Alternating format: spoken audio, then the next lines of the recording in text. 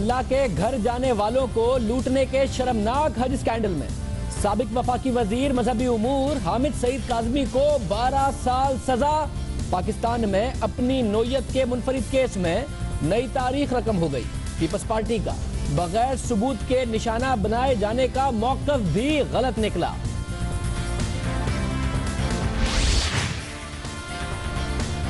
मुस्लिम league नून की हुकूमत ने पहली बार अपना चौथा वफाकी बजट पेश कर दिया। वजीर खजाना इसहाक डार बजट की झलकियां तो दे चुके हैं, उनसे पूछेंगे वो सब बातें जो उन्होंने असेंबली में नहीं बताई। स्टॉक मार्केट पर उम्मीद है, इसहाक डार भी इसी उम्मीद का इजहार कर रहे हैं। क्या पाकिस्तान को वाकई एक बार फिर से इमर्जिंग मार्केट स्टेटस मिलने वाला है? और कराची के वोटर्स की दिलचस्पी कम हो गई या उनका सियासी झुकाव तब्दील हो गया? 4 हालिया ज़िमनी इंतखाबात में वोटर्स का टर्नआउट हैरानकुन तौर पर कम है। मुस्तफा कमाल कहते हैं जो वोट नहीं दे रहे वो अब हमारे वोटर्स हैं।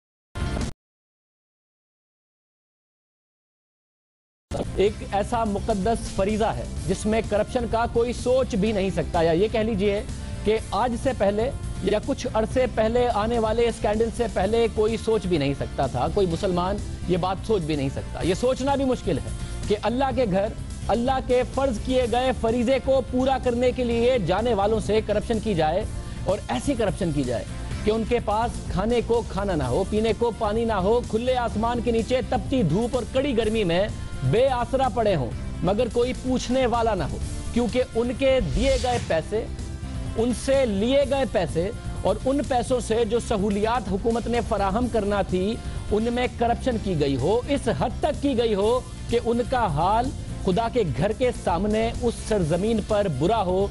सारी दुनिया के दूसरे मुमालिक के हाजी उन्हें देख के मजाक उड़ाते हों कि ये पाकिस्तान के हाजियों का हाल क्या है, ये किस मुल्क से आ गए हैं कि इनका कोई वाली वारिस नहीं, इनके पास खाने को खाना नहीं, इनके पास रहने को घर नहीं, खुली धूप में पड़े हैं, कोई पानी पीने के लिए नहीं पूछता, और जो सफरी सहूलियात हैं वो भी इनके पास नहीं, इन्हें रास्ता बताने के लिए कोई नहीं, दूसरे मुमालिक के हाजी ने रास्ता बताते नजर आते हैं। एक ऐसे मुकद्दस फरीजे में अरबों रुपए की करप्शन की गई, जिसको बड़े से बड़ा करप्ट आदमी भी अपने गुनाहों की मगफिरत और अल्लाह की खुशनुदी के लिए अदा करता है। बड़े से बड़ा करप्ट आदमी, बड़े से बड़ा गुनहगार आदमी चाहता है कि जाए और अपने गुनाहों की अल्लाह से माफी मांगे। ना सिर्फ खुद अदा करता है बल्कि दूसरों को लोग हज और उम्रे पर भेजते हैं कि ये हज और उम्रे पर जाएंगे, क्या पता अल्लाह इनसे, इनकी वजह से हमारे गुनाहों की मगफिरत कर दे।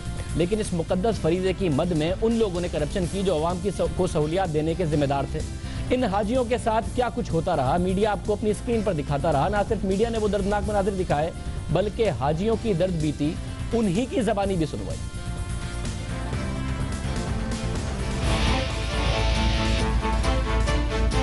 शुरू दिन से आज तक यहाँ बिजली वगैरह है? बिजली भी नहीं है। ना बिजली भी नहीं है। एक उठाते ये मेरी जगह उधर बैठे ना पूछे। आप लोग पाकिस्तान से हैं? जी, पता नहीं है हमारे सरकार वालों ने उधर से कुछ गड़बड़ की है। ये कह रहे हैं कि कितने लोग आए हैं, ये पूछ रहे हैं कि आप चले, आप लोगों को अभी खाने वगैरह कुछ मिला आप लोगों को? नहीं मिला। ये सब इधर घूम रहे हैं, न बिजली है, न पंखा है, न कुछ। गर्मी से ये आपने देखा क्या हाल था। एक वक्त ऐसा भी आया कि वो पाकिस्तानी जो बरतानिया, जर्मनी, अमेरिका और दूसरे मुमालिक में रहते हैं, शहरियत वहाँ के इख्तियार कर चुके हैं, और वो उन्हीं मुमालिक से जब हज करने के लिए सऊदी अरब गए तो उन्होंने पाकिस्तान में मीडिया को और अपने रिश्तेदारों को मुतादिद ईमेल्स की, कॉल्स की कि ज़रा इसको मीडिया में उठाएं कि पाकिस्तानियों का जो पाकिस्तान से हज करने आए हैं ऐसा हाल है कि हमें शर्म आ रही है, हमें देखकर एहसास हो रहा है कि पाकिस्तान की हुकूमत ने क्या हाल कर दिया है इन हाजियों का, और एक इतने मुकद्दस फरीजे के साथ क्या करप्शन की गई है। और आज एक अहम और बड़ी खबर सामने आई। पीपल्स पार्टी दौर में 2010 में हाजियों को लूटने के केस में उस वक्त के वफाकी वजीर मजहबी उमूर हामिद सईद काज़मी को 12 साल कैद की सजा सुनाई गई। पीपल्स पार्टी कहती रही और हमेशा कहती भी रही है कि उन पर करप्शन के इल्जामात लगाए जाते हैं, लेकिन कोर्ट की जानिब से हतमी फैसले नहीं आते क्योंकि उनका मीडिया ट्रायल होता है। हामिद सईद काज़मी के केस में भी ये बात बार बार कही गई कि हमारे सर्विंग वजीर के साथ इफ्तिखार चौधरी ने क्या किया, अदलिया क्या करती रही, मीडिया ट्रायल करती रही, हमारे वजीर के खिलाफ साबित नहीं हुआ, जैसा कि तारीखी तौर पर हमारे खिलाफ आज तक कुछ साबित नहीं हुआ। आज ये बात गलत साबित होती नजर आई। पीपल्स पार्टी के साबिक वजीर मजहबी उमूर को सजा हो गई। हामिद सईद काज़मी कहते रहे हैं कि उन्होंने इस तरह का कोई जुर्म नहीं किया, उन्हें इस केस में फंसाया गया, लेकिन आज इस्लामाबाद की अदालत ने हज करप्शन स्कैंडल का फैसला सुनाते हुए साबिक वफाकी वजीर हामिद सईद काज़मी को 12 साल, साबिक डायरेक्टर जनरल हज राव शकील को 30 साल और साबिक एडिशनल सेक्रेटरी आफ्ताब अहमद को 12 साल कैद का हुक्म दिया है। और साथ साथ एक अहम बात यह है कि पीपल्स पार्टी जो इनका दिफा करती थी मुख्तलिफ टॉक शोज में हामिद सईद काज़मी केस को अपने ऊपर होने वाले मीडिया ट्रायल के तौर पर पेश करती थी। आज हम अपने प्रोग्राम में दावतें देते रहे, पीपल्स पार्टी के सीनियर रहनुमाओं को, जूनियर रहनुमाओं को कहते रहे कि आइए इस केस पर बात कीजिए, और वो ये कहते रहे कि मैं नहीं आ रहा, मैं बात नहीं करूँ। शुरू दिन से आज तक मैंने एक ही बात कही है कि मेरे खिलाफ सिरे से कोई सबूत ही नहीं है। आप में से जिसको भी जरा भी कानून से शबक है उसको मालूम होगा कि कानून का ये दर्स है, पहला सबक है कि जब तक इल्जाम साबित न हो जाए मुल्ज़िम बेगुनाह होगा।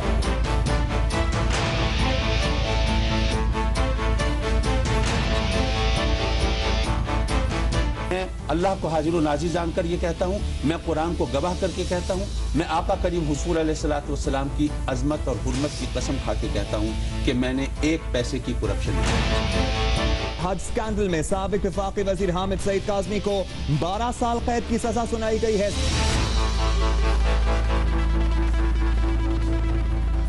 हामिद सईद काज़मी साहब कस्में खाते रहे, वास्ते देते रहे, कहते रहे कि इस मुकद्दस फरीजे में मैंने करप्शन नहीं की। और सिर्फ यही नहीं, केस आगे बढ़ता रहा तो हामिद सईद काज़मी ने इस केस को फिरकावाराना रंग देने की भी कोशिश की। इस किस्म के बयानात दिए जो कि खतरनाक नोयत के थे।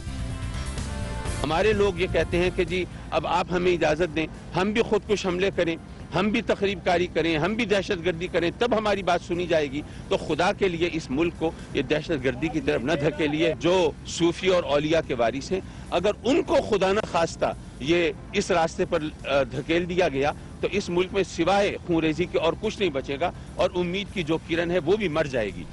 हाजियों को लूटने का यह स्कैंडल नवंबर 2010 में उस वक्त मंजर आम पर आया जब सऊदी शहजादे बंदर बिन खालिद बिन अब्दुल अजीज ने चीफ जस्टिस ऑफ पाकिस्तान को एक खत लिखा और उसमें बताया कि मक्का में पाकिस्तानी हाजियों के साथ क्या कुछ होता रहा है।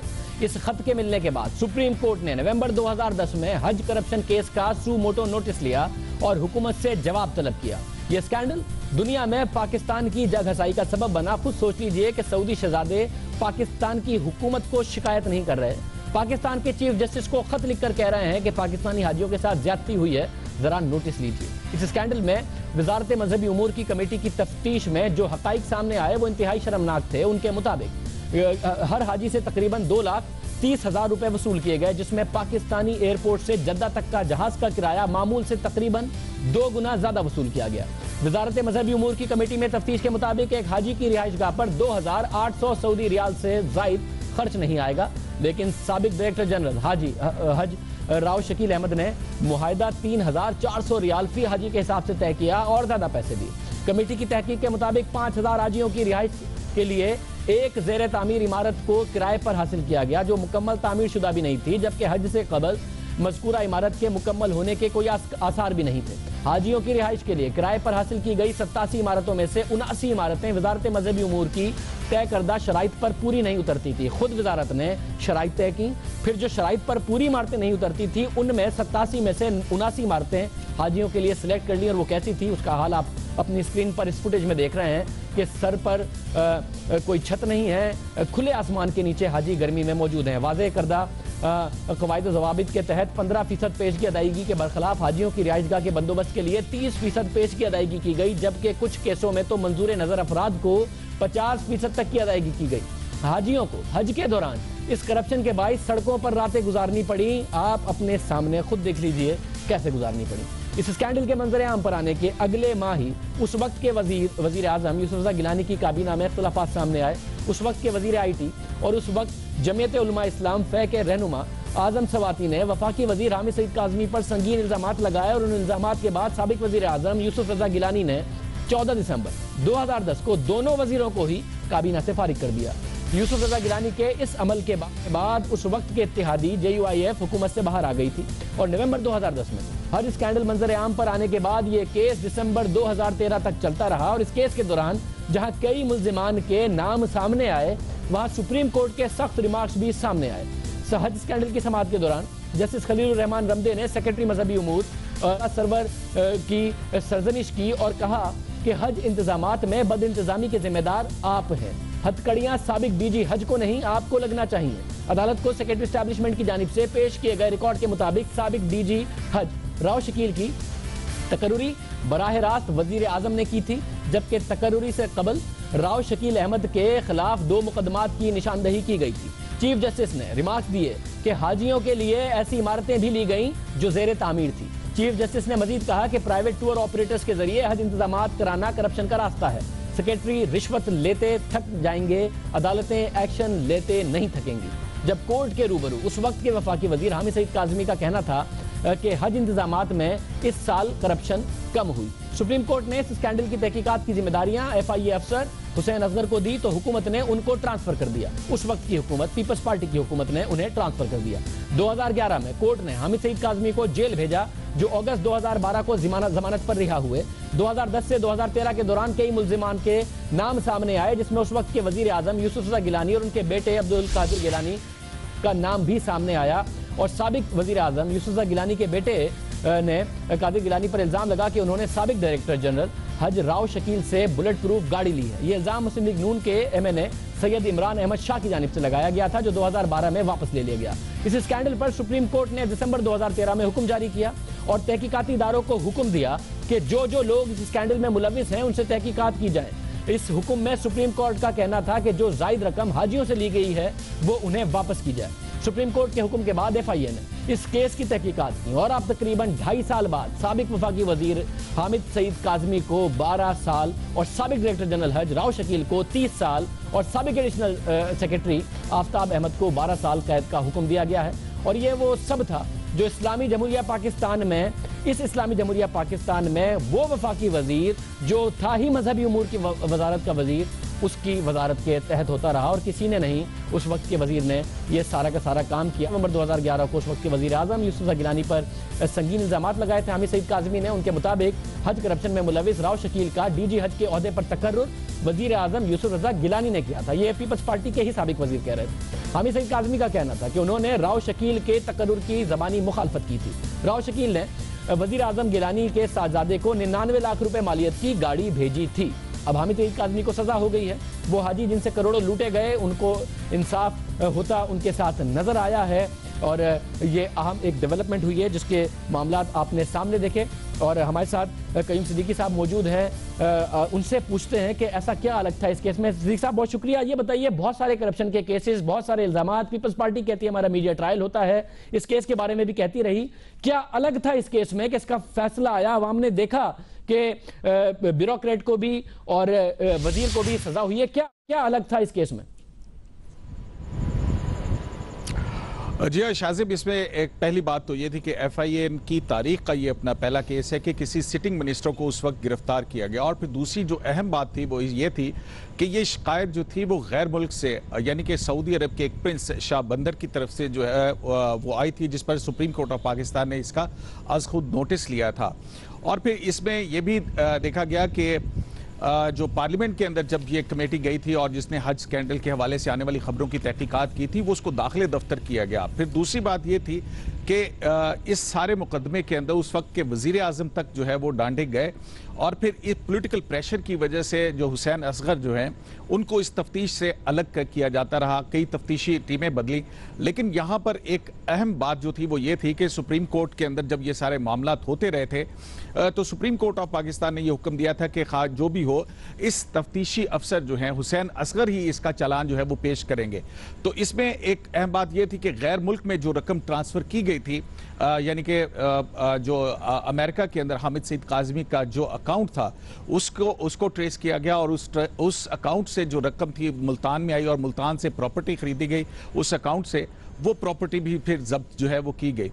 और इसमें एक बात ये भी आई कि इस्माइल कुरैशी जो कि उस वक्त के जो वजीर आजम हैं यूसुफ रजा गिलानी उनके प्रिंसिपल सेक्रेटरी थे, और उनके तकरीर के हवाले से उनके ऊपर भी कानून ने हाथ डाला और उनको भी मुकदमे का सामना करना पड़ा। गो कि अब वो मुकदमा एक अलहदा सूरत में है। लेकिन यहाँ पर एक जैन सुखेरा का जिक्र करना भी अहम होगा कि जैन सुखेरा के ऊपर ये इल्ज़ाम आया था कि वो शख्स है, वो फ्रंट मैन है कि राउश शकील ने उनके जरिए से रकम जो है वो यूसुफ रजा गिलानी के साहबजादों तक पहुंचाई है, जिस पर इनकी इन्वेस्टिगेशन हुई थी और फिर हुसैन असगर को इस तफ्तीशी टीम से अलग कर दिया गया। उनको बहुत शुक्रिया सिद्दीकी साहब हमें बता रहे थे कि किस तरीके से इस मामले को सारे को ट्रेस किया गया मामला था। इसहाक डार साहब वजीर खजाना हमारे साथ मौजूद हैं, बजट उनकी तरफ से आज पेश किया गया है, कुछ अहम इकदाम भी उठाए गए, कुछ सवालात हैं जो भी पैदा होते हैं। इसहाक डार साहब बहुत शुक्रिया हमें ज्वाइन करने के लिए, मसरूफ दिन था आपका, आप हमें ज्वाइन कर रहे हैं। कुछ चीजें इंडस्ट्री के लिए हैं, इंडस्ट्री ने जीरो रेटेड आपने क्या है 5 सेक्टर्स को, टेक्सटाइल इंडस्ट्री ने कल इस बात को खुशाइंद भी करार दिया था। कुछ एग्रीकल्चर के लिए भी आपकी तरफ से बहुत अहम इकदाम किए गए हैं जो कि अच्छी बात नजर आती है। मगर डॉक्टर साहब आप कह रहे हैं कि आप डेफिसिट को कर्टेल करेंगे। पाकिस्तान में डेफिसिट बहुत हाई लेवल पर था, आपके दौर में नीचे आया है, मगर साथ साथ आप ये भी चाहते हैं कि अब यहां से ग्रोथ का पीरियड शुरू होगा। जब आप डेफिसिट कर्टेल करेंगे और टैक्स के जो एवेन्यूज हैं वो नए नहीं देखे जा रहे, हालांकि 60% इजाफा हुआ है, तो डेफिसिट को कर्टेल करते हुए ग्रोथ कैसे होगी, जबकि प्राइवेट सेक्टर ऑफटेक भी नहीं है, इन्वेस्टमेंट टू जीडीपी भी 15% पर है, कैसे होगी ग्रोथ? बिस्मिल्लाहिर्रहमानिर्रहीम। शाहजेब साहब शुक्रिया। मैं माजी में भी आपके प्रोग्राम्स में पिछले बजट्स में हाजिर हुआ हूँ और मैंने उस वक्त भी आपको ये कहा था कि हम जब मैक्रो इकोनॉमिक स्टेबिलिटी अचीव कर लेंगे तो हमारा जो यानी आखिरी 2 साल 2.5 साल का सफ़र होगा वो ग्रोथ की तरफ होगा। हमें ग्रोथ के लिए जो मॉडल है दुनिया में वो 80-20 का होता है कि अगर गवर्नमेंट 20% इन्वेस्टमेंट करे और हालात साज करो तो 4 गुना जो है प्राइवेट सेक्टर इन्वेस्टमेंट करता है। मैं आज आपको ये तफसील, ये बड़ी हमारी सीक्रेट स्ट्रेटजी पेपर है, हमने इसको 37 पे रखा ऑन द सेफ साइड, यानी 1 to 2.3। ये अगर हम इसको यानी फॉलो करते हैं इस मॉडल को तो हमें 7% की ग्रोथ जो है वो 20 फिस्कल ईयर 18 में इंशाअल्लाह 18-19 वाले साल में मिल जानी चाहिए पाकिस्तान को, और 6 से 7% की ग्रोथ हमारा जो 17-18 का साल है उसमें होनी चाहिए। अगले साल में हमने 5.7% रखी है। इसके लिए जो स्टिमुलस की बात होती थी कि जी मसलन एग्री में अनफॉर्चुनेटली पिछला हमारा जो साल अभी बंद हो रहा है, ये इसमें बड़ी बदकिस्मती से 0.19% नेगेटिव ग्रोथ है और उसकी वजूहत हैं। इंटरनेशनल कमोडिटी प्राइसेस भी हैं और इसी तरह यूनिट प्राइसेस कम होने के बावजूद एक्सपोर्ट्स कई चीज़ों की जो है बड़ी है तो क्वांटिटी ज़्यादा वैल्यू कम, तो इसमें हमारे 11% की ग्रोथ में हमें कमी हुई है। तो हमें जिन सेक्टर्स में गवर्नमेंट को हैंड होल्डिंग करके उनको आगे लेके जाना है, मुश्किल से बाहर निकालना है, इस पूरे बजट में हमने उसको फोकस किया है। क्योंकि जैसे आपने भी फरमाया कि ग्रोथ का हमारा, हमने कहा था कि ग्रोथ की तरफ चलेंगे, ग्रोथ होगी तो जॉब्स क्रिएशन होगी, ग्रोथ होगी तो जॉब क्रिएशन के साथ पॉवर्टी रिडक्शन होगी, डॉक्टर साहब बिल्कुल दुरुस्त है। उसमें सिर्फ एक सवाल ये पैदा होता है कि 7% अगर आप टारगेट करते हैं अगले 2 साल में उसके बाद, तो 7% एक सिंपल सा फॉर्मूला है कि इन्वेस्टमेंट टू जीडीपी जो है वो 3 टाइम्स होना चाहिए उस जीडीपी ग्रोथ टारगेट का जो आप अचीव करना चाहते हैं। 7% के लिए 21% होना चाहिए। अब 15% पर इन्वेस्टमेंट टू जीडीपी है और लो इंटरेस्ट रेट्स और लो। डॉक्टर साहब मैं अगर एक पूरा क्वेश्चन फ्रेज कर लूं, मैं आपको तफसीली मौका देता हूं, मैं पूरा सर इन्वेस्टमेंट टू जीडीपी 15% पर स्टक हो गया है, वो आगे नहीं बढ़ रहा, और मसला यह है कि लो इंटरेस्ट रेट के बावजूद भी मॉनेटरी एक्सपेंशन नेगेटिव है। अगर आप अपना बजट डेफिसिट कम करेंगे, इसका मतलब है एक्सपेंडिचर के लिए आप हाथ रोकेंगे, तो कैसे ग्रोथ होगी, कैसे आगे बढ़ेगा?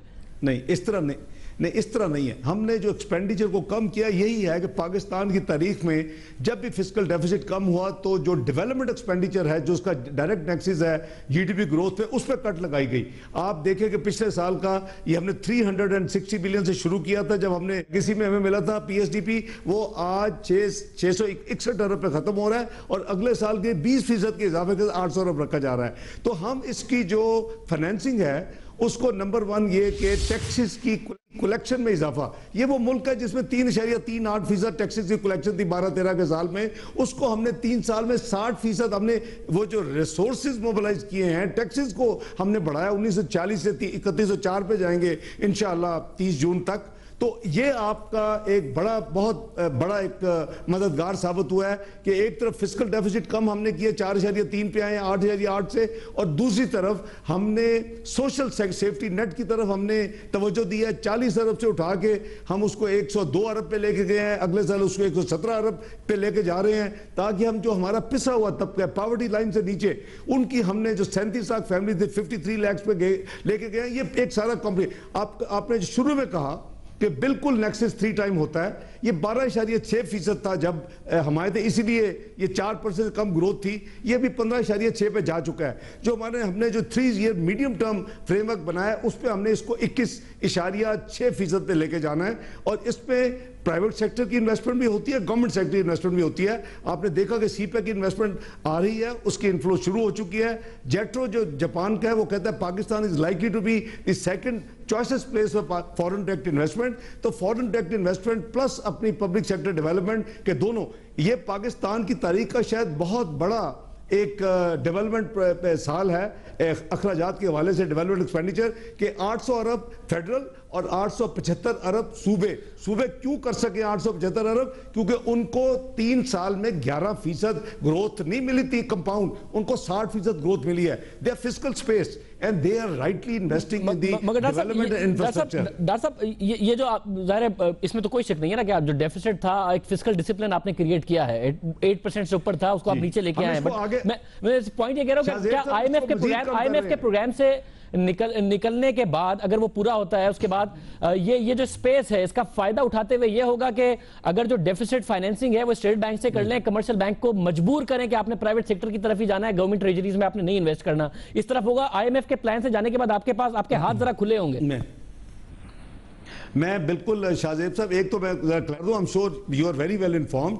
हमने जो अभी साल शुरू होगा 1 जुलाई 16 को 16-17 माली साल में इस बजट डेफिसिट को मजीद कम करने का प्लान किया है, 4.3 से भी 3.8। हालांकि हम तो आजाद हो चुके होंगे, आईएमएफ प्रोग्राम नहीं होगा, लेकिन हमें इसको कंसोलिडेट गेन्स को करना चाहिए, लूज नहीं करना चाहिए। लेकिन जो आपने साथ दूसरी बात की वो बिल्कुल इसी तरह है कि जो प्राइवेट सेक्टर क्रेडिट बहुत इंपॉर्टेंट रोल प्ले करता है किसी भी मुल्क की जीडीपी में और इकोनॉमिक एक्टिविटी में। वो -19 बिलियन था जब 2013 के साल में, अभी ये 370 अरब क्रॉस कर चुका है ऑलरेडी पहले 10 महीने में। तो आप देखेंगे कि जो ही जब आप फिस्कल डेफिसिट कम करते हैं, अब बोरो कम करते हैं, अब फिस्कल स्पेस जो है प्राइवेट सेक्टर के लिए देते हैं, इसीलिए 3 साल में -19 बिलियन से आज अब 371 बिलियन, और मैं समझता हूं कि जून के एंड तक ये वो करीबन 400 बिलियन क्रॉस कर चुका होगा।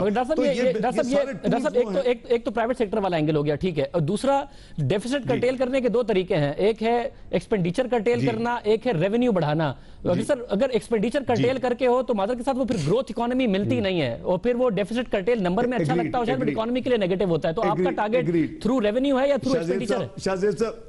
शाहजेब साहब एग्रीड, ये डुअल टूल्स यूज हुए हैं इस 3 साल में।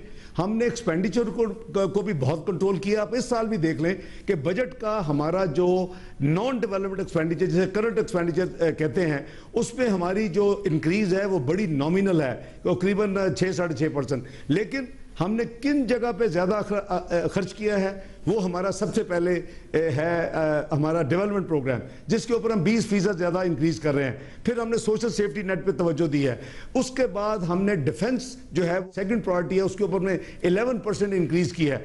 तो ये हम एक तरफ टैक्सेस को बढ़ा रहे हैं, दूसरी तरफ एक्सपेंडिचर को नॉन डेवलपमेंट, उसका तो जीडीपी ग्रोथ के साथ कोई तलक नहीं है नॉन डेवलपमेंट का, हम उसको हमने दोनों टूल्स इस्तेमाल करके that's how we could reach in 3 years from 8.8 to 4.3। और इंशाअल्लाह ये हम अगला साल जो है इतने बड़े, यानी जो 100 रुपए का अगर टैक्स था आज उसका हुजम 160 हो चुका है, यानी 60% ग्रोथ, उसके ऊपर 16% की ग्रोथ हमने रखी अगले साल के लिए, which in practical sense would mean कि ये 25% की ग्रोथ होगी अगर आप बेस लाइन 20, 12, 13 को ले। डॉक्टर साहब इकोनॉमी में कॉन्फिडेंस की कुछ स्टेजेस हैं, मैं चाह रहा हूं उस पर भी आपसे बात कर लूं। एक पहली स्टेज ये है कि मुल्क से पैसा बाहर जाना बंद हो, उसका एक बाकायदा इंपैक्ट नजर आ रहा है कि जो इन्वेस्टमेंट है वो मुल्क में लोग कर रहे हैं, इन्वेस्टमेंट होती नजर आ रही है, मगर सर वो अगली स्टेज ये है कि लोग लॉन्ग टर्म के लिए इकोनॉमी पे कॉन्फिडेंस आए लोगों का, ताकि वो इंडस्ट्री की तरफ इन्वेस्टमेंट करें। अब सारी ज्यादा इन्वेस्टमेंट का चंक है वो मुल्क में जरूर है, वो कॉन्फिडेंस जरूर बिल्ड हुआ है, मगर वो प्रॉपर्टी की तरफ और स्पेकुलेटिव एरियाज की तरफ गया है। और लोग कहते हैं ये इजी इन इजी आउट मामला है। 12 लाख रुपए बुक वैल्यू होती है, 6 करोड़ रुपए प्रॉपर्टी की मार्केट वैल्यू होती है, कोई पूछने वाला नहीं है। सर इस ब्लैक इकोनॉमी को वाइट करने के लिए डॉक्टर साहब कोई एफर्ट है ताकि लोग इंकरेज हो इंडस्ट्री की तरफ जाने के लिए और इन स्पेकुलेटिव एरिया से दूर जाएं? मैं 2-3 चीजें इसमें अर्ज करूंगा शाहजेब साहब। वो जीडीपी की ग्रोथ के लिए भी बड़ा इंपॉर्टेंट है। हमने करीबन 2000 आइटम जो है मशीनरी और रॉ मटेरियल्स, उसके ऊपर हमने 5% ड्यूटी को मजीद कम करके इस माली साल जो आने वाला 1 जुलाई से उसको 3% पे हम ले गए। दूसरा ये है कि जिन की चीज़ों का आपने इशारा फरमाया है वो हमेशा से थी, लेकिन हमने उनकी लाइफ को आपने देखा कुछ इंटरवेंशन किए इस बजट में और उनको ये काम करना मजीद महंगा कर रहे हैं। और फिर फाइलर्स के मुकाबले में नॉन फाइलर के लिए अगेन इस बजट में काफ़ी इंटरवेंशन है, चाहे वो डिविडेंड हो, वो प्राइस बॉन्ड्स हो, उनको ज़्यादा कीमत अदा करनी पड़ेगी टैक्स गुजार ना बनने की वजह से। तो ये सारी चीज़ें पैरेलल चल रही हैं और इसका इंशाल्लाह अल्लाह ताला के फजल करम से जो इम्पैक्ट है, क्योंकि हमने एक्सपोर्टर्स, जैसे आपने शुरू में कहा कि 5 मेजर एक्सपोर्टर जो हैं वो कह रहे थे कि जी देखिए हमारा दूसरा मसला क्या है बजट डेफिसिट के अलावा, करंट अकाउंट डेफिसिट। अगर हमने IMF से पक्का छुटकारा रखना है तो आपको जो साल का आपका जो करंट अकाउंट डेफिसिट है फॉरेन करेंसी में, डॉलर्स में, उसको हमें सेल्फ सफिशिएंट होना पड़ेगा। और जो एशियन इमर्जिंग जितने इकोनॉमीज हैं उनका 15% जो है अपनी जीडीपी का एक्सपोर्ट्स होती हैं, हम उसको जरा कम भी कर लें तो हमारी जो अगर 11-12% भी लें तो हमारी एक्सपोर्ट्स 35 बिलियन पे होनी चाहिए। आज ये 24 बिलियन पे एक्सपेक्ट की जा रही है, इस साल का क्लोज होगा 30 जून तक। तो हम अगर ये काम कर लें उसके लिए हमने एक्सपोर्टर्स को आपने देखा कि मैसिव इंसेंटिव्स दिए हैं। हमने एग्रीकल्चर जो -19 था मैसिव इंसेंटिव्स दिए हैं, unprecedented in the history of Pakistan. Doctor साहब वो इंपैक्ट है जो सेक्टर के रिप्रेजेंटेटिव्स हैं, एप्टमा के चेयरमैन से हमारी बात हुई, वो कह रहे थे कि बड़ा अच्छा खुशाइन बात की गई है। मगर मैं फिर जानना चाह रहा हूं डॉक्टर साहब, ये आप सही कह रहे हैं हमेशा से होता रहा है पाकिस्तान में, मैं ये नहीं कह रहा कि आपके दौर में शुरू हुआ है, मगर आपने अगर कोई अनप्रेसिडेंटेड काम करना है इस मुल्क को मुकम्मल डॉक्यूमेंटेड करने के लिए, आपको जो सर 12 लाख रुपए बुक वैल्यू पर टैक्स कलेक्ट होता है, 5 करोड़ पर तो बहुत ज्यादा होगा ना। इस ब्लैक इकोनॉमी को वाइट करेंगे या 4th ईयर में जब आ जाए हुकूमत तो मुश्किल होते हैं कुछ अनपॉपुलर मेजर, बट ये प्रॉपर्टी मार्केट, ये सट्टा मार्केट बन गई है, आम आदमी की पहुंच से मार्केट दूर निकल जाती है। इंडस्ट्रियलिस्ट कह रहे हैं कि लोग वहां ज्यादा जा रहे हैं, इंडस्ट्री कम लगा रहे हैं पाकिस्तान में। इसलिए देखिए हमने इस पे ऑलरेडी आपने देखा है कि 5 साल से कम अगर कोई प्रॉपर्टी आप खरीदेंगे, चाहे प्लॉट या प्रॉपर्टी, और उसको आप 5 साल होल्ड करने से पहले, हमने ये आहिस्ता आहिस्ता टाइम एक्सीड किया है, तो आपके ऊपर कैपिटल गेन टैक्स लगेगा। ये पहले नहीं था, यानी पहले हमने 4 साल तक रखा था, अब उसको 5 साल की होल्डिंग नेसेसरी कर दी है। ये ओवरनाइट शाहजेब साहब, जब आपकी इकोनॉमी में दूसरी अपॉर्चुनिटीज आ जाएंगी, इंडस्ट्री के लिए भी काफ़ी इंसेंटिव्स हैं, मैं गिनवाऊं तो मुझे 2 घंटे चाहिए। मैं वो तमाम इंसेंटिव्स अब ये इनडायरेक्टली रागिब कर रहे हैं उन प्रॉपर्टी की जो ट्रांजैक्शन है उनको भी, कि भाई अगर आप बिजनेस, अनलेस किसी बंदे ने ये कसम खा ली है कि जी मैंने प्रॉपर्टी के बाद काम नहीं करना, फिर हम आहिस्ता आहिस्ता उसकी तरफ जो है अपनी टैक्सेस की कलेक्शन को बढ़ाएंगे। लेकिन इस वक्त वी आर बैलेंस्ड, हमने तमाम सेक्टर्स को पैट्रनाइज किया है जो कि हुकूमत का फर्ज है, चाहे वो एग्रीकल्चर हो, इंडस्ट्री हो, एक्सपोर्ट हो, और हमें आगे ग्रोथ की तरफ यही सेक्टर्स लेके जाएंगे। और इसको जो ऑगमेंट करेगा गवर्नमेंट की अपनी जो 1675 बिलियन की अगले साल इंशाल्लाह जो होगी डेवलपमेंट एक्सपेंडिचर, उसको जो प्राइवेट सेक्टर ऑगमेंट करेगा, सीपैक ऑगमेंट करेगा।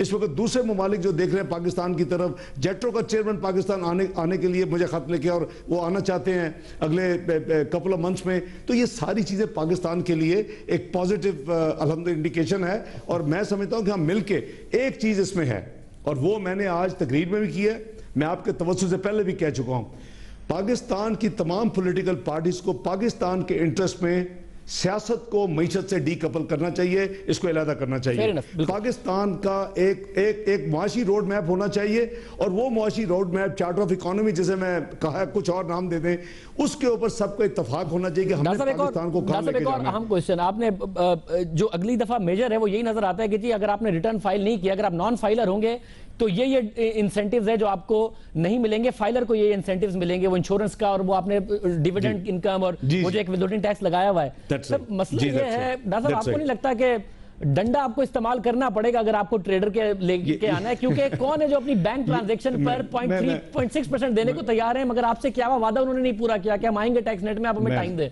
मैं अर्ज करता हूं, I will be very honest. हमारी हुकूमत की ये कोशिश थी कि हम टर्किश मॉडल को फॉलो करें। टर्की वो मुल्क है कि आज से 16-17 साल पहले उसकी भी हमारी तरह 10% टैक्स कलेक्शन ही, जब हम आए थे तो टैक्स 8.5% था टैक्स टू जीडीपी, अभी 10.5 हुआ है। टोटल टैक्सेस जो कलेक्शन है कंट्रीज की, रेवेन्यू जो टैक्सेस कलेक्शन टू जीडीपी है सूबों का मिला के वो कोई 10.5 था, अभी हम 12.5 पे गए। हम वो बड़ा फ्रेंडली मॉडल था, हमने उसको इस्तेमाल किया वॉलंटरी स्कीम तक। अब मैं आपके जरिए शेयर कर रहा हूं कि हम आईटी, देखिए ये बड़ा मॉडर्न इस वक्त दुनिया में सिस्टम है, और आईटी को अगर आप इस्तेमाल करें तो हम अब नोटिस भी इशू कर रहे हैं। हम ये ट्रैक कर रहे हैं कि कौन ट्रैवल करता है, कौन प्रॉपर्टीज खरीदता है, कौन यूटिलिटी बिल्स लाखों में देता है और टैक्स से 5,000 भी नहीं दे रहा या 10,000 भी नहीं दे रहा।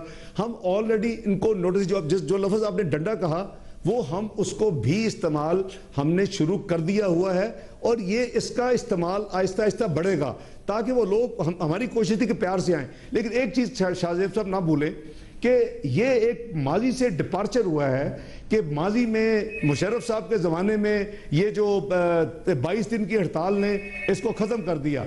अब इस दफ़ा हमने पीपल्स पार्टी की जब हुई हुकूमत, उन्होंने 3 दिन में ख़त्म कर दिया। हमने विद होल्डिंग टैक्स ख़त्म नहीं किया, आप खुद जैसे फरमा रहे हैं कि वो 0.4% दे रहे हैं, यानी एक कीमत अदा कर रहे हैं फाइलर ना बनने की, और वो है 0.4%, जिससे हमें करीबन 21 अरब रुपए की कलेक्शन हुई है पाकिस्तान के खजाने में, अवाम के खजाने में। तो बात यह है कि हम सारे टूल्स इस्तेमाल करेंगे और कर रहे हैं। बिल्कुल आपने सही फरमाया कि डंडा मीन कि obviously based on intelligence and IT हमारे पास जो डाटा है काफी ज्यादा है, हम उसके बेसिस के ऊपर हम काम पैरेलल शुरू कर चुके हैं। बहुत शुक्रिया। इसहाक डार साहब हमारे साथ मौजूद थे, वजीर खजाना इसहाक डार साहब आज पेश किया। इसके अलावा कुछ सवालात के जवाब दे रहे थे, किस तरीके से इकोनॉमी ग्रोथ की तरफ जाएगी, किस तरीके से मईशत में इन्वेस्टमेंट आएगी, बैरूनी भी अंदरूनी भी, इन्वेस्टर कॉन्फिडेंस किस तरीके से बढ़ेगा। प्रोग्राम में एक ब्रेक शामिल करते हैं। एक मस्बत खबर, पाकिस्तान के लिए मस्बत खबर, क्या वो वाकई मटीरियलाइज हो जाएगी अगले 8 से 10 दिन में, उसकी बात करेंगे एक ब्रेक के बाद।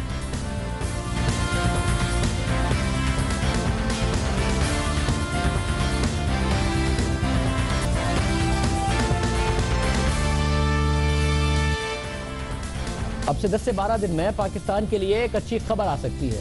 पाकिस्तान को MSCI इमर्जिंग मार्केट स्टेटस मिल सकता है, और आपको एक्सप्लेन करते चलें। स्टेटस का फायदा ये होता है कि पाकिस्तान की स्टॉक मार्केट इंटरनेशनल रेडार पर आती है, क्वालिफाई करती है सर्टेन इन्वेस्टमेंट के लिए। पैसे पाकिस्तान की स्टॉक मार्केट में फॉरेन इन्फ्लोज की सूरत में आ सकते हैं। इनिशिएटिव लिया JS ग्लोबल ने, पार्टनर किया हुकूमत पाकिस्तान को साथ। मोहम्मद जुबैर साहब दूसरे जो हुकूमती रिप्रेजेंटेटिव्स हैं लंदन में मौजूद थे। कॉन्फ्रेंस JS ग्लोबल ने की, और उसमें पाकिस्तान ही की तरफ से कुछ कंपनीज ने, 14 कंपनीज ने प्रेजेंटेशंस दी, उनके CEOs ने, COOs ने, CFOs ने, और बताया कि पाकिस्तान एक कैसे एक बहुत अच्छी और अट्रैक्टिव डेस्टिनेशन है। अगर ये हो जाता है, अगर पाकिस्तान क्वालिफाई कर जाता है, तो पाकिस्तान ओवरऑल भी स्टॉक मार्केट के अलावा रेडार पर आएगा। बैरूनी सरमायाकार पाकिस्तान को देखेंगे, पाकिस्तान में इन्वेस्टमेंट के एवेन्यूज को देखेंगे, जो कंपनीज लिस्टेड हैं वो किस तरीके से परफॉर्म कर रही हैं, कितना पाकिस्तान में रिटर्न है, क्या और जो इन्वेस्टमेंट के एवेन्यूज हैं वो पाकिस्तान में बनते हैं। कामरान नासिर साहब, चीफ एग्जीक्यूटिव JS ग्लोबल हमारे साथ मौजूद। कामरान साहब बहुत शुक्रिया हमें ज्वाइन करने के लिए। JS ग्लोबल का ये इनिशिएटिव था, क्या एक्सपेक्ट किया जाए 10 से 12 दिन में, मिड जून तक कहा जाता है कि इसका फैसला होगा, पाकिस्तान के हक में फैसला आ सकता है, और उसका एग्जैक्टली फायदा क्या होगा इन टर्म्स ऑफ नंबर्स जो स्टॉक मार्केट में आएंगे? शाहिद साहब बहुत शुक्रिया बुलाने का। और इसका जो मेजर फ़ायदा है बेसिकली वो ये होगा कि पाकिस्तान 2008 तक इमर्जिंग मार्केट्स का पार्ट था। 2008 में जब ये ग्लोबल फाइनेंशियल क्राइसिस आया तो हम वहाँ से डिमोट होकर हम फ्रंटियर मार्केट्स में चले गए, क्योंकि हमने स्टॉक मार्केट को बंद कर दिया था। अब सूरत हाल ये है कि पाकिस्तान तमाम क्राइटेरियाज को कंप्लाई करता है, पूरा करता है, लेकिन आपको एक कैनवेसिंग करनी पड़ती है और आपको बताना पड़ता है इन फॉरेन इन्वेस्टर्स को कि ये पाकिस्तान के लिए वोट करें और पाकिस्तान को पुश करें कि ये इमर्जिंग मार्केट्स में चला जाए। उस प्रोसेस में वो देखते हैं कि आपकी स्ट्रक्चरल रिफॉर्म्स किस किस्म की थी, आपने रेगुलेटरी साइड पर कितनी ज़्यादा एडवांसमेंट्स की, आपकी जो सरमायाकारी है वो इस मुल्क में कितनी महफूज है, स्टॉक मार्केट का ओवरऑल क्या सिचुएशन है। जब पाकिस्तान इसमें क्लासिफाई हो जाएगा इंशाल्लाह 14 जून को, जिसके इम्कानात हमें जो नजर आता है वो नजर आता है कि they are more likely than not कि पाकिस्तान इसमें चला जाएगा। तो आप देखेंगे कि एक सर्ज आएगी इन्वेस्टमेंट्स की, 400 से लेकर $700 मिलियन तक का एक अंदाजा लगाया जा रहा है कि पाकिस्तान में सरमायाकारी होगी, और उसके नतीजे में आप स्टॉक मार्केट को मजीद बढ़ते हुए देखेंगे। 2008 के मुकाबले में तो वैसे रिफॉर्म्स भी स्टॉक मार्केट में भी बड़े हुए हैं। वो एक जब आपने कहा जो निकाल दिया था फ्रंटियर मार्केट में डाल दिया, एक ब्लंडर था उस हुकूमत का कि मार्केट ही बंद कर दी थी क्योंकि वो डिक्लाइन कर रही थी। इसके अलावा ये भी देखेंगे कि अट्रैक्टिव कितनी है मार्केट, क्योंकि हमारी मार्केट 30,000 का इंडेक्स हो गया, प्राइस टू अर्निंग मल्टीपल क्या है, रिटर्न कितना मिलेगा, ये फैक्टर्स भी देखेंगे। और वो फैक्टर्स आपके ख्याल में अच्छे हैं हमारी मार्केट के इस वक्त इतना बढ़ने के बावजूद? जी बहुत अच्छे हैं। और पाकिस्तान देखें हिस्टोरिकली हमेशा डिस्काउंट पे ट्रेड किया है अपनी रीजन के अंदर। उसके दो मेजर रीजन है, एक हमेशा पाकिस्तान पॉलिटिकल रिस्क और सिक्योरिटी रिस्क पे हमेशा चैलेंज होता था, और इसकी वजह से आपका जो डिस्काउंट था रीजन के साथ वो एक अप्लाई होता था। जैसे कि इंडिया की मार्केट अगर 18 पे चल रही है तो आप 9 के मल्टीपल पे चल रहे हैं। हम आज भी इस वक्त करंटली इंप्रूव करके 9 के मल्टीपल पे आ गए।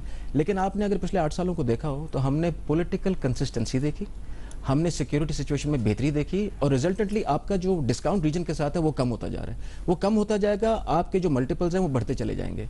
और आप जब ये फ्रंटियर मार्केट से निकल के इमर्जिंग मार्केट्स का पार्ट बनेंगे, नेचुरली आप एक लोअर मल्टीपल मार्केट से हायर मल्टीपल मार्केट में जाएंगे। तो उस ट्रांजिशन में भी इसके अंदर मल्टीपल भी इंप्रूव होंगे और कंपनीज की वैल्यूएशंस इंप्रूव होंगी और सरमायाकारी इसमें बढ़ जाएगी। मुझे बात बताइए, इसका जो एडवांटेज है वो सिर्फ स्टॉक मार्केट तक लिमिटेड है? लाइक फॉर एग्जांपल जिन कंपनीज ने अपनी जाके प्रेजेंटेशंस दी, उसमें फर्टिलाइजर है, उसमें ऑयल एंड गैस है, उसमें बैंक्स हैं जिन्होंने अपनी जाके प्रेजेंटेशंस दी हैं।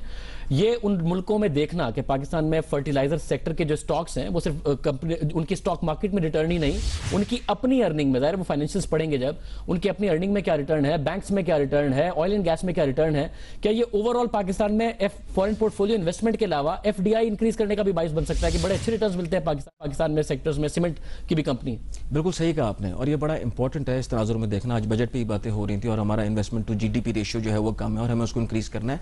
तो ये आप समझें कि जेएस ग्लोबल की एक हिस्ट्री है, 40 साल से ऊपर की सर्विस है, लीडिंग ब्रोकर है। तो हमारी जो काविश थी कि पाकिस्तान की गवर्नमेंट ऑफ पाकिस्तान की सपोर्ट के साथ, पाकिस्तान स्टॉक एक्सचेंज सपोर्ट के साथ, हमारे वहाँ फॉरेन पार्टनर्स रेनेसांस कैपिटल की सपोर्ट के साथ इन्वेस्टर्स को ले जाएं और पॉजिटिव पिक्चर प्रेजेंट करें पाकिस्तान की कैसी है।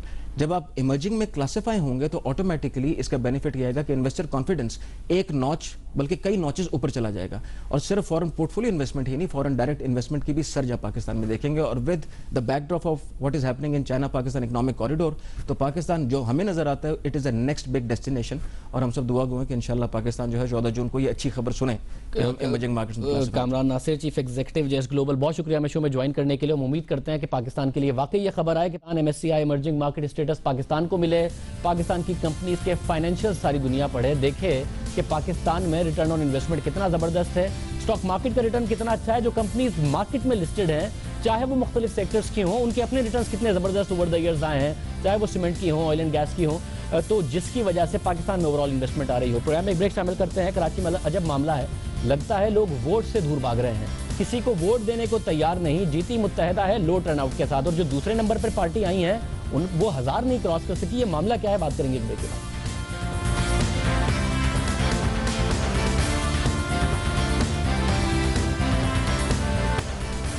और अब बात करेंगे सिंध असेंबली की उन 2 नशिस्तों की जो एमक्यूएम के 2 अहम अरकान डॉक्टर सगीर और मोहम्मद इफ्तिखार आलम के इस्तीफे और उनके मुस्तफा कमाल की पाक सरजमीन पार्टी में शमूलियत की वजह से खाली हुई थी। दोनों नशिस्तों पर ज़िमनी इंतखाबात हुए और एक अजब सा मामला नजर आता है। अवाम ने वोट, कराची के अवाम ने वोट एक दफ़ा फिर मुत्तहदा कौमी मूवमेंट को ही दिया है, मगर ये बात नहीं समझ में आ रही कि इतना कम क्यों दिया है। NA-246 में भी ज़िमनी इंतखाबात हो चुके हैं। NA-246 में मुत्तहदा कौमी मूवमेंट को एक बहुत बड़ा चैलेंज था इमरान खान साहब की तरफ से। खान साहब खुद आए, पाकिस्तान तहरीक इंसाफ ने ज़बरदस्त कैंपेन की, इमरान इस्माइल बहुत सख्त कैंपेन करते रहे, लग रहा था कि ज़बरदस्त कंपटीशन होगा। जमात इस्लामी और PTI नतीजे में बिल्कुल फारिग हो गई और मुत्तहदा कौमी मूवमेंट को लाख के करीब उसमें वोट मिला। 36% का वहाँ पर टर्न आउट नजर आया। अब क्या हो रहा है कि अवाम मुत्तहदा कौमी मूवमेंट को वोट जरूर दे रहे हैं, मगर उतने नहीं दे रहे जितने के वोट लेकर मुत्तहदा कौमी मूवमेंट जीतती रही है। और जो मुत्तहदा कौमी मूवमेंट के मुखालिफिन हैं, PTI शामिल है, दूसरी जमातें शामिल हैं, पीपल्स पार्टी शामिल है, उन मुखालिफिन को हारने पर उतने वोट नहीं पड़ रहे जितने पहले पड़ा करते थे। 10-15 हज़ार पड़ जाते थे, अब 1000 वोट नहीं क्रॉस कर पा रही हैं। जो टर्न आउट है, जो 50% था जनरल इलेक्शन में इन कॉन्स्टिट्यूंसीज में, वो महज 10% तक लिमिट होकर रह गया है। वोट नहीं पड़ रहा है मुत्तहदा के जीतने के बावजूद, और इसको PTI खामोश है इस पर, पीपल्स पार्टी खामोश है इस पर, बाकी दूसरी जमातें खामोश हैं इस पर, मगर मुस्तफा कमाल साहब कुछ और कह रहे हैं। वो क्या कह रहे हैं जरा सुनो। ये हमारे आने के बाद तकरीबन 3 महीनों में ये 4 सीटों पे इलेक्शंस हुए। ये कौन सा इलाका है? ये 90 है, अजीजाबाद का इलाका है, अल्ताफ हुसैन साहब का घर है। दूसरा कौन सा इलाका है? फारूक सत्तार साहब का घर है, PIB है, जहांगीर रोड है, लियाकताबाद है इसके अंदर। तो कराची के लोगों का शुक्रिया कि जो बात हम उन्हें बता रहे हैं, हमारी बात पर वो यकीन कर रहे हैं, हमारी बात मान रहे हैं। और आज कराची वालों ने अपने वोट्स को ज़ाया होने से बचाया है, अपने मैंडेट को ज़ाया होने से बचाया। और ये जो 5-6% ये वोट जो है कोई वोट ही नहीं है। ये तो जंगल में भी आप इलेक्शन करा ले, वहाँ पे भी इतने वोट पड़ जाएंगे। अब एक अजीब सी कशमकश है कि बल्दियाती के ज़िमनी इंतखाबात हो रहे हैं कराची में, और एक ज़िमनी इलेक्शन ऐसा गुजरा है जिसमें मुत्तहदा को साबित करना था कि कराची के अवाम उनके साथ खड़े हैं। वो इन्हें 246 का था जिसमें इमरान भाई साहब खड़े हुए, साबित किया मुत्तहदा कौमी मूवमेंट ने 36% का टर्नआउट, लाख के करीब वोट लिया। अब क्या हो रहा है? क्या मुस्तफ़ा कमाल का दावा दुरुस्त है कि अवाम, और अब उनकी जमात क्योंकि खड़ी नहीं हो रही, जब से वो दुबई से आए हैं उन्होंने एक अपनी कैंपेन की, सख्त किस्म की प्रेस कॉन्फ्रेंस की, क्या उनका दावा दुरुस्त कि अवाम उनके साथ खड़े हैं इसलिए सबको रिजेक्ट कर रहे हैं, किसी को वोट नहीं दे रहे? जो जीत रहा है वो कम वोट लेकर जीत रहा है, जो हार रहा है वो इंतहाई कम वोट लेकर हार रहा है क्योंकि अवाम उन्हें वोट देना चाहते हैं। इसका जवाब उसी वक्त मिल सकता है जब मुस्तफ़ा कमाल साहब की जमात इलेक्शन में खड़ी हो, या इसका जवाब हमने मुत्तहदा कौमी मूवमेंट से लेने की कोशिश की तो मुत्तहदा कौमी मूवमेंट उसका जवाब देने के लिए आज प्रोग्राम में नहीं आई। हालांकि इलेक्शन जीती है, इलेक्शन जीतने के बाद आमतौर पर जमातें बबांगे दौल आती हैं और अपनी पार्टी का मौक़िफ़ बयान करती हैं। मुत्तहदा कौमी मूवमेंट ने मुनासिब नहीं समझा इलेक्शन जीतने के बावजूद प्रोग्राम में आकर इस पर बात करना। तो जवाब अब जब ही मिलेगा जब मुस्तफ़ा कमाल साहब किसी बाई इलेक्शन में लड़ें या फिर 2018 के जनरल इलेक्शन में बाकायदा तौर पर हिस्सा लें। आज के प्रोग्राम में इतना ही। आपसे अब मुलाकात होगी पीर के प्रोग्राम में। इजाज़त दीजिए।